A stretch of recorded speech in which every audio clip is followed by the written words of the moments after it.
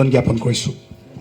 আজি আচলতে বহুত কথা কোৱাৰ প্ৰয়োজন নাই, কিন্তু ইয়াৰ মাজতে মই এটা কথাই ক'ম বিশেষকৈ যে আজি তেজপুৰ বিশ্ববিদ্যালয়ত এই এন টাইমৰ মাজতো যি ছাত্ৰ ছাত্ৰীসকলে ইয়াত উপস্থিত হৈ আজি CAB অৰ্থাৎ নাগৰিকত্ব সংশোধনী বিধেয়ক বাতিলৰ দাবীত যি এক প্ৰতিবাদ সাব্যস্ত কৰিছে, মই ভাবোঁ যে এই প্ৰতিবাদে কিন্তু আজি দিল্লী হওক বা গুৱাহাটীৰ মসনদ কিন্তু কটাবলৈ সক্ষম হৈছে, এটা বাৰ্তা কিন্তু বহন কৰিবলৈ সক্ষম হৈছে।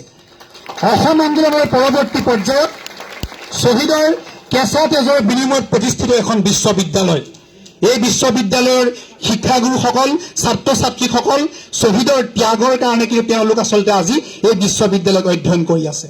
আৰু মই ভাবোঁ যে আজি আমাৰ যি এই প্ৰতিবাদ আমি সাব্যস্ত কৰিছোঁ, সেই প্ৰতিবাদে দিল্লী হওক বা দিছপুৰ হওক অথবা নাগপুৰ হওক এটা বাৰ্তা বহন কৰিছে। এই বাৰ্তা অসমীয়াৰ বাৰ্তা, এই বাৰ্তা আমাৰ বাৰ্তা, এই বাৰ্তা জাতিৰ বাৰ্তা। মই এইখিনিতেই যিহেতুকে আজি দেখা পোৱা গৈছে যে অসম গণ পৰিষদৰ সভাপতি অতুল বৰা ডাঙৰীয়া, কেশৱ মহন্ত, ভাৰতীয় জনতা পাৰ্টীৰ ৰঞ্জিত দাস, সৰ্বানন্দ সোণোৱাল, হিমন্ত বিশ্ব শৰ্মা ডাঙৰীয়া, RSSৰ এটা ছাত্ৰ সংগঠন, তেওঁলোকে কিছুমান অভিযোগ উত্থাপিত কৰি আছে।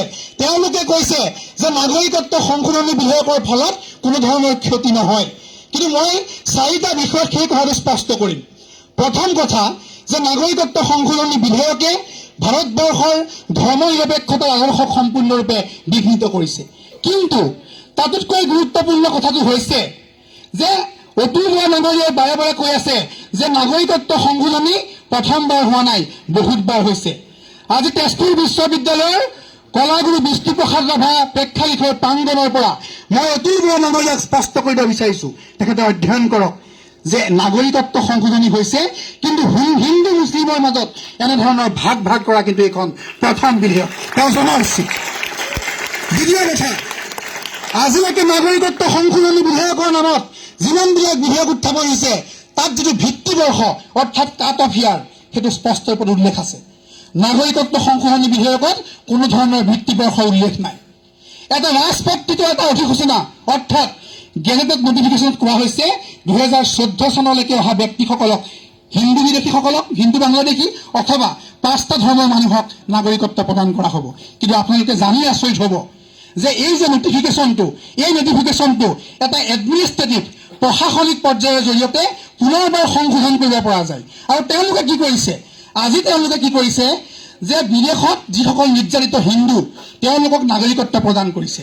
এতিয়া কথা হৈছে এইটো আৰু বেলেগ বেলেগ কথা কয়। প্ৰথম কথা, আপোনালোকে নিশ্চয়কৈ জানে যে বাংলাদেশত আজি মৌলবাদী শক্তিৰ উৎপাত বৃদ্ধি পাইছে, ISISৰ আজি সন্ত্ৰাস বৃদ্ধি পাইছে।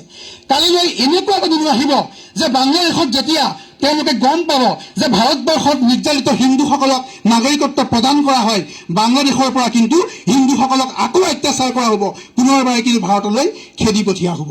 আৰু যেতিয়া ভাৰতলৈ তেওঁলোক আহিব, তেওঁলোক ক'ত যাব? তেওঁলোক হয় পশ্চিমবংগলৈ যাব, নহয় অসমলৈ যাব।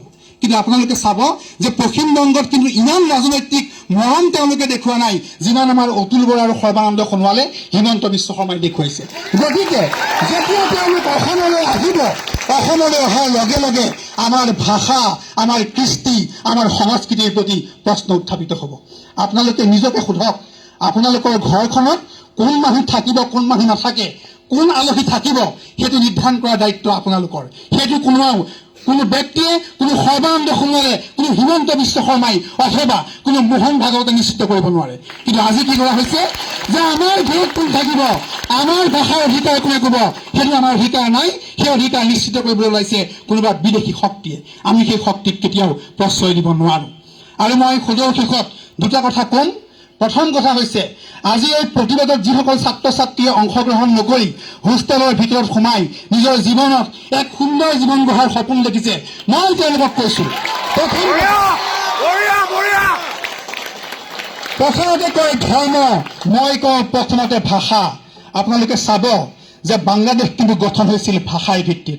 আজি এনেকুৱা এটা পৰিৱেশ কিন্তু সৃষ্টি হ'ব, কাইলৈ যেতিয়া অসমীয়া ভাষাক পদানত কৰি বাংলা ভাষাৰ আধিপত্য চলিব, এই শিলাদিত্য আৰু বদৰুদ্দিন আজমলে কিন্তু বাংলা ভাষাক একত্ৰিত কৰি চলৰ পৰ্যায় নীতিৰে তেওঁলোকে অসমীয়া ভাষাক প্ৰত্যাহ্বান জনাই সুকীয়া ৰাজ্যৰ ডিমাণ্ড কৰিব। আৰু তেতিয়া আপোনালোকে যেতিয়া নিজৰ ৰুমৰ পঢ়া কোঠাত বহি অধ্যয়ন কৰি থাকিব, মাৰ কথা ক'বলৈ, দেউতাৰ কথা ক'বলৈ, ভাষাৰ কথা ক'বলৈ আপোনালোকৰ কিন্তু নৈতিক অধিকাৰ নাথাকিব। আজি আমাৰ তেজপুৰ বিশ্ববিদ্যালয়ত শিক্ষাগুৰুসকল আছে, ছাত্ৰ ছাত্ৰীসকল আছে, ৰাজনীতি বিজ্ঞানৰ কথা কয়, সমাজতত্বৰ কথা কয়, ডাঙৰ ডাঙৰ আন্তঃৰাষ্ট্ৰীয় ৰাজনীতিৰ কথা কয়। আমাৰ AVBP বন্ধুসকলে, আমাৰ RSSৰ ব্যক্তিসকলে ৰাষ্ট্ৰনীতিৰ কথা কয়। মই তেওঁলোকক এটা ৰাষ্ট্ৰনীতিৰ কথা কওঁ। সেই ৰাষ্ট্ৰনীতি হৈছে, আজি যেতিয়া বাংলাদেশৰ প্ৰধানমন্ত্ৰী ভাৰতলৈ আহিলে ক'লে যে বাংলাদেশত শান্তি, হিন্দু নিগৃহীত হোৱা নাই। আজি যেতিয়া আমি বাৰে বাৰে এইটো প্ৰতিপালন কৰিবলৈ যত্ন কৰিম যে বাংলাদেশৰ অত্যাচাৰ চলিছে হিন্দুৰ ওপৰত, তেওঁলোকৰ ওপৰত সম্পূৰ্ণৰূপে শোষণ চলিছে, ই কিন্তু ভাৰতৰ আন্তঃৰাষ্ট্ৰীয় সম্পৰ্ক বাংলাদেশৰ লগত বেয়া কৰিব, যিয়ে কিন্তু পৰৱৰ্তী পৰ্যায়ত ভাৰত আৰু চীনৰ মাজত বাংলাদেশক এটা শত্ৰুৰূপে প্ৰতিপন্ন কৰিব। গতিকে যিসকল ব্যক্তিয়ে ৰাষ্ট্ৰনীতিৰ কথা কয়, যিসকল ব্যক্তিয়ে ৰাজ্যিক নীতিৰ কথা কয়, তেওঁলোকে সেই কথাটো কিন্তু উপলব্ধি কৰাটো অত্যন্ত প্ৰয়োজনীয়। মই সকলোকে আহ্বান জনাইছো সেইকাৰণে, প্ৰথমতে ভাষা, তাৰ পিছত ধৰ্ম।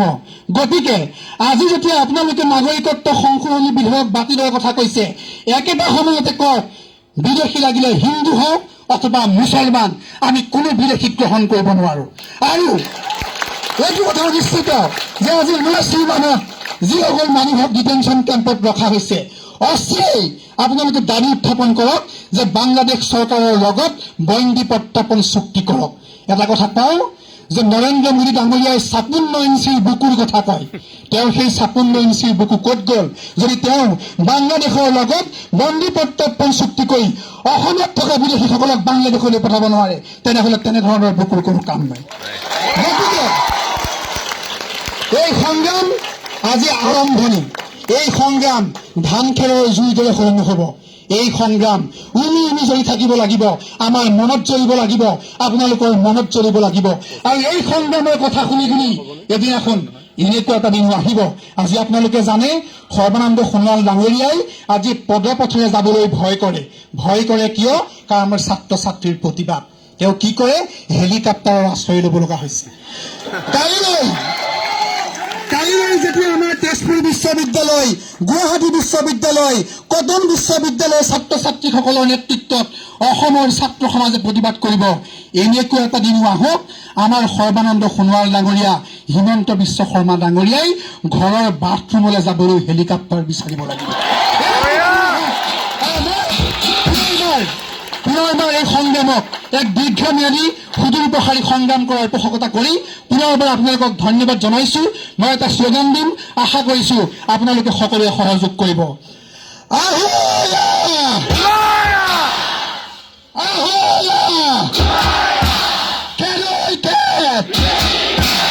আমি কেপ মনা নাছিলো, আমি কেপ মনা নাই, আমি কেপ কেতিয়াও নামানো নামানো নামানো। ধন্যবাদ। প্ৰিয়াংকু দাইলৈ ধন্যবাদ জ্ঞাপন কৰিছো। এটি কবিতা আবৃত্তি কৰিবৰ কাৰণে আগবাঢ়ি আহিছে খামিন গগৈ, তেখেতক আগবাঢ়ি আহিবলৈ অনুৰোধ জনালো।